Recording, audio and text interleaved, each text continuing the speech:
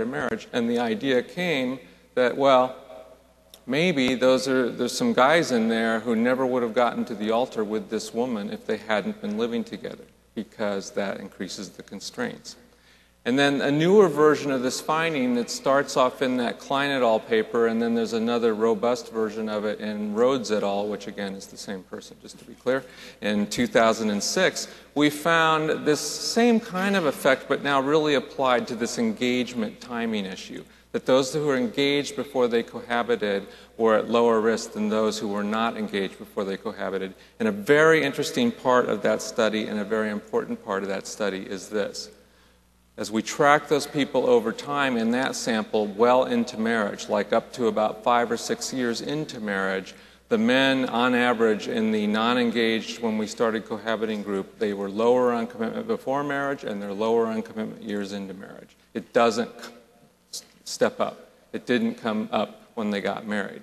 And I do think there's a lot of women out there, and some men too, because any of these findings can be flipped and applied to both groups.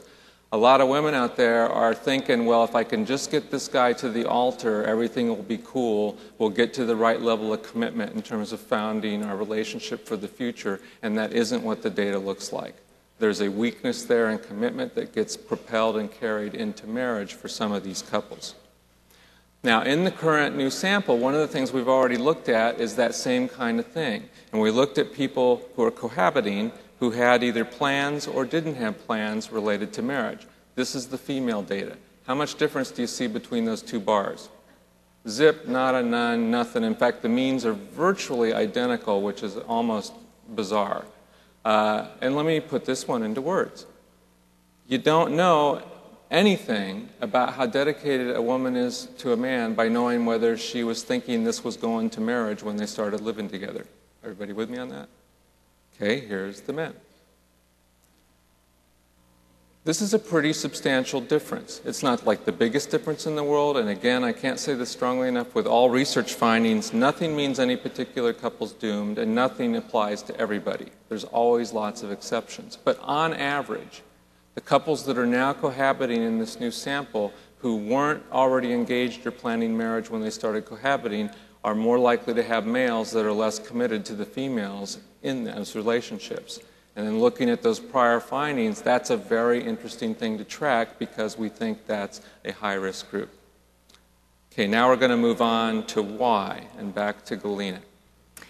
So this was our last research question that we'll talk about here. And remember, we were interested in knowing why so many couples are living together today. So we decided to ask them that question.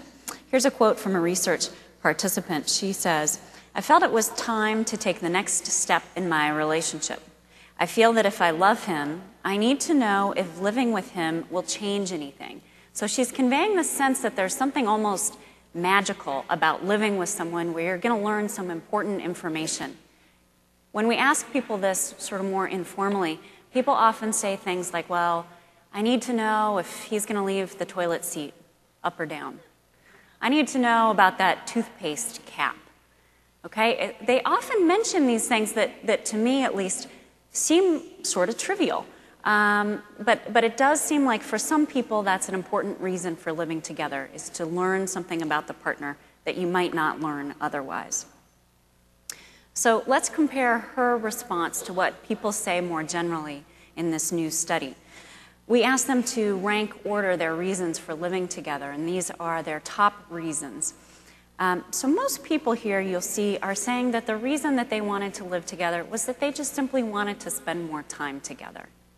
Okay? Another important thing to point out here is that very few people are saying that they're living together specifically to test the relationship. That's not the primary reason for most people who live together.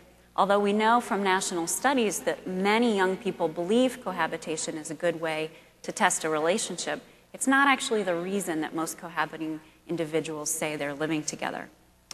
Notice also here that very few